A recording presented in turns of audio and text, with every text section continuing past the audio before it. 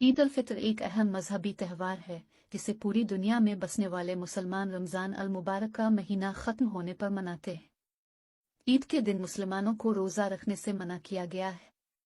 मुसलमान रमज़ान के 29 रोज़े रखने के बाद यकम शव्वाल को ईद मनाते हैं। ईद उल फितर की तारीख का तयन चांद देखकर किया जाता है। रमज़ान के आखिरी अशरे में मुसलमान चांद देखने के लिए कोशां रहते हैं। अगर यकम शव्वाल का चांद नजर आ जाए तो अगले दिन ईद मनाई जाती है, और अगर चांद नजर ना आए तो रमजान का महीना 30 दिन का हो जाता है और अगले दिन ईद मनाई जाती है। ईद उल फितर के दिन मुसलमान सुबह सवेरे गुस्ल करके नए कपड़े पहनते हैं और ईद की नमाज पढ़ने के लिए मस्जिद जाते हैं। ईद की नमाज के बाद लोग एक दूसरे से गिले मिलते हैं और ईद की खुशियां मनाते हैं। ईद के दिन लोग अपने अजीज व अकारिब से मिलने जाते हैं और बच्चों को ईदी देते हैं। ईद उल फितर की कुछ अहम सुन्नतें दर्ज झेल हैं। ईद उल फितर से एक दिन पहले सदका फितर अदा करना, ईद की सुबह सवेरे गुस्ल करके नए कपड़े पहनना, ईद की नमाज पढ़ना, एक दूसरे से गिले मिलना और ईद की खुशियां मनाना, अजीज व अकारिब से मिलने जाना, बच्चों को ईदी देना। ईद उल फितर खुशियों और मुसर्रतों का त्यौहार है। ये एक ऐसा मौका है जब मुसलमान अल्लाह ताला की शुक्रगुजारी करते हैं और अपने गुनाहों की मुआफ़ी मांगते हैं।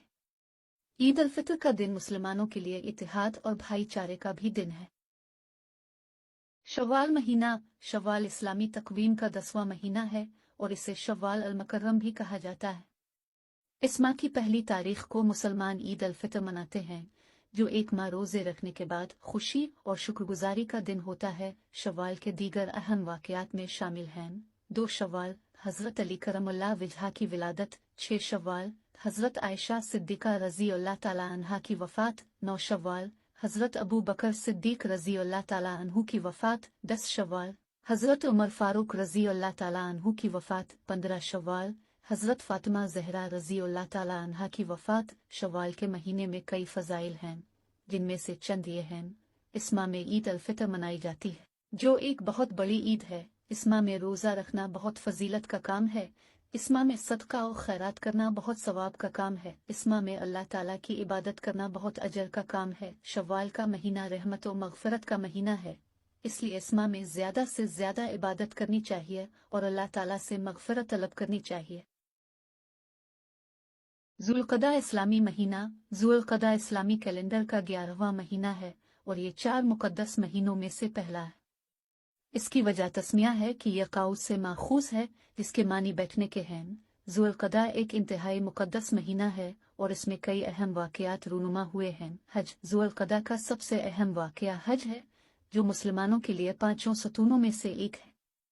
हज हर साल ज़ुल्हिज्जा के 8वें दिन से शुरू होता है, लेकिन ज़ुल्क़दा में हुज्जाज मक्का पहुंचना शुरू कर देते हैं और उम्रा करते हैं। ईद कुर्बान की तैयारी, ज़ुल्क़दा ईद कुर्बान की तैयारी का महीना भी है।